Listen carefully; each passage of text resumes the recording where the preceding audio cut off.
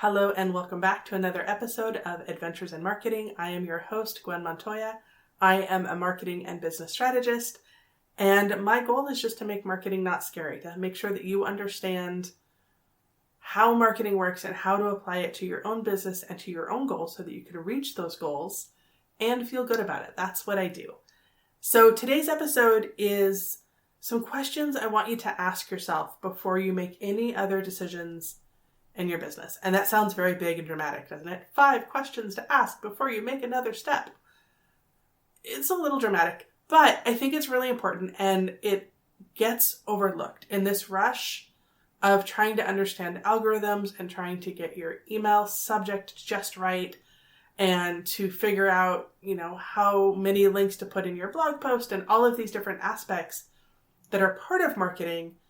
I think we need to take it a step back and really look at the strategy and the reasons behind what we're doing. Because once we understand the reasons and the strategy, then we make better decisions. So this is going to be a super short episode. So grab a pen and paper so you can write these questions down or come back to this later. So these are the questions I want you to ask yourself. Number 1, what are your goals? Right? What is that goal that you want at the end of this week, at the end of next month, at the end of 3 months, at the end of 6 months? And one of the questions I love to ask new clients when we first start working together, my marketing intensive clients, where we work for 6 weeks together to figure out their marketing and their business and all of the pieces. One of my favorite questions to ask is, if everything went exactly how you want it to go, and there were no hiccups and it all worked out, where do you see your business in 5 years? Or what would you like to have accomplished in 5 years? They usually need some time to respond, which is why it's part of my intake form and not something I spring on them. But I think it really tells us, it gets us out of the day-to-day moments of our business. And, I've talked about this a lot, is that business owners really end up getting stuck sometimes of sending out the next email, of making the next social media post, of showing up at the next networking thing. But they can forget that all of those pieces are tools and techniques that they can use for their marketing strategy. But really their marketing strategy is the compass. It's what's guiding us. It's what's telling us where we're going and the direction. So think about what your goals are, all of those different levels. And then I want you to think about why you think those are the best goals. Of all the goals that you could have, what's the reason for those goals? And then maybe what's the reason under that reason? Because sometimes we set goals. As an example, if somebody says, I need to get to 1,000 followers on Instagram, or 2,000 followers, or 10,000 followers. A lot of times I'll ask why. Why is that the goal that you were going for? Why is that the goal that you want? How will that goal serve your bigger goals and serve your overall business? And what I find a lot of times is sometimes people pick goals based on what sounds good in the moment, or what they heard that they needed, or, some other marketing person told them that they can't have a real business unless they have 10,000 followers or something silly, right? And if really that's a goal that you have and that's an important number to you, that is absolutely fine. That is absolutely fine. Whatever that goal is, if this is a goal that really resonates for you and you are excited about, then yes, go for it. Absolutely. But just be aware of, we pick up a lot of information in the world, and there's a lot of gunk that we have to deal with as business owners, as far as what success looks like, as far as what failure looks like, as far as how, when, why, where, who runs our business, all of these different pieces. So it's not a matter of rejecting them just to reject them, but I do think that we need to sort of examine and think about why, right? Just like a toddler, why? And then you give the answer, and then they're like, but why? So I think that's a helpful thing to turn on ourselves sometimes.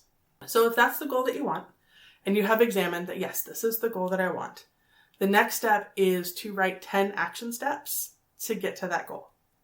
And the reason I said 10 and not 3 or not 2 or 5, 10 is a really fun number, because what I have found in most instances is it's really easy to write the first 2 or 3, and then you have to dig. And the more that you have to dig, especially when we're talking about setting goals or figuring out why or understanding the reasons about why we're doing things. When we have to dig a little bit deeper, we can uncover some really interesting stuff.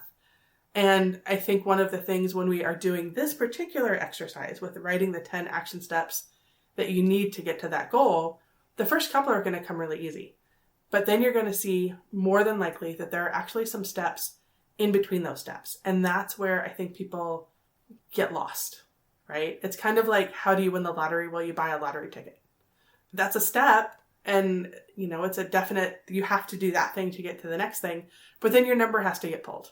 And not just one number, all 5 numbers. So if we consider those action steps, or 6 numbers, I don't know. How many numbers are in the lottery? I don't know. However many numbers there are, they all have to be pulled. So it's not a matter of win the lottery, you buy a ticket, and that's all that happens, right? There's more steps involved. And then you have to turn in the ticket, and you have to validate the ticket, and probably more things that I don't know about. But I still think I'm going to stand by that analogy and still say it's a good analogy. So write out those 10 things that you need to do to reach that goal. And you might have to start with a new piece of paper because you might have written 3 and then realize there's 5 steps between number 1 and number 2. That's totally normal. Once you've done that and you understand those action steps and you know that, okay, these are the things that I need to do next, then think about how much time you actually have to do them in your life, in the season of your life, in all of the other things that you have. How much time do you actually have to work on your goal or to do those action steps? And it's not a positive or a negative if you say, I only have 20 minutes a day, or I only have 2 hours a week, and it's not even all at the same time. That's okay. But being reasonable about our goals and how long it's going to take us to achieve them is really important. As I have said many times, if you've never sold even 10 items and your next goal is to sell 10,000, there's a lot of steps between that and there's a lot of work involved. But if you're not thinking that, if you're just thinking, this is a thing that I want and then it will happen, there's going to be disconnect and there's going to be hiccups and there's going to be frustration and you're going to feel defeated and frustrated. So instead of feeling that way, I would prefer, if I can help you, to feel a little bit more confident and a little bit more assured that these goals are possible. It's just that it's going to take time, and the time is going to be dependent on how much time you have to work on them. And there's nothing wrong with having this as a side hustle or fitting it in between other things. It's just a matter of awareness and being okay with, okay, this is a longer term goal than maybe you thought at first. And it also might be time to reevaluate that goal, right? If you need your goal to happen sooner than it is, maybe you have to adjust your time, or maybe you have to adjust your goal or scale it down a little bit or scale it up. It's all dependent on what your goals are and how you want to work. And finally, what are your comfort levels, right? What are your comfort levels as far as promoting, as far as actually doing the things on your action steps? So if part of the action steps that you want to do, for example, is get up and speak in front of people, and that's a really big piece of all of your steps, and you hate speaking in front of people, but you know you have to do it, then you need to figure out how to overcome your comfort zone, or at least get comfortable stretching it a little bit. Maybe not overcome it, but get comfortable stretching it. Or if you are really nervous about submitting grants, but you know that you have to submit grants, then maybe you could spend some time getting some more education around writing grants, learning how to do it, seeing more examples, spending more time, getting somebody else to look at it. So none of this is to say you can't reach your goals, they're too big. It's just a matter of figuring out what your goal is, how much time you have, what the steps are, and how comfortable you are as far as executing the steps makes a lot of sense. So those are the 5 questions that you must ask yourself before you do anything else. Or not, just think about them. I think it's helpful to think about them. Thank you for listening. If you have any questions, you can reach me at gwen@gwenmontoya.com. If you want ongoing support, you can join my Adventures in Marketing group, or we can work together one-on-one. You can find me at gmontoyapdx on all the socials, or my website is gwenmontoya.com. I will talk to you next time.